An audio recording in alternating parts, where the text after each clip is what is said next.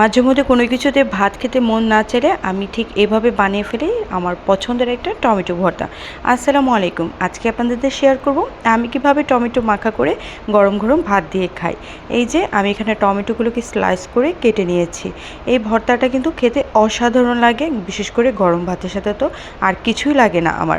এখন একটা বাটিতে নিয়ে নিব একটু পেঁয়াজ কুচি, শুকনো মরিচ, সরিষা তেল, লবণ আর এই সামান্য পরিমাণে ধনিয়া পাতা। এই ভর্তাটা চেষ্টা করবেন শুকনো মরিচ দিয়ে বানাতে। যদি কারো শুকনো মরিচের প্রবলেম থাকে কাঁচামরিচও দিতে পারেন, তবে ভর্তার স্বাদ দ্বিগুণ করে শুকনো মরিচ।